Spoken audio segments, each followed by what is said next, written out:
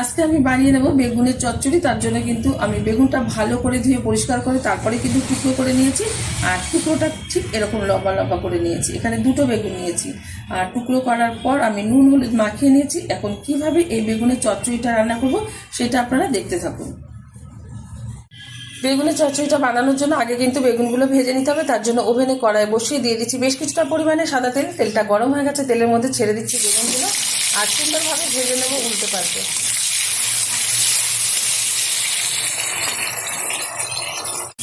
বেগুনগুলো সুন্দরভাবে ভাজা হয়ে গেছে। এখন দিয়ে দিচ্ছি সামান্য পরিমাণে একটু চিনি, দিয়ে দিচ্ছি এখানে আদা রসুন পেস্ট, দিয়ে দেবো হাফ চামচ হলুদ গুঁড়ো, দিয়ে দিচ্ছি পরিমাণ মতো লবণ, দিয়ে দেবো এখানে পেস্ট করে রাখা 4টে কাঁচা লঙ্কা, একটু জল দিয়ে পেস্ট করে নিয়েছি। ভালোভাবে কষিয়ে নেবো বেগুনের সাথে।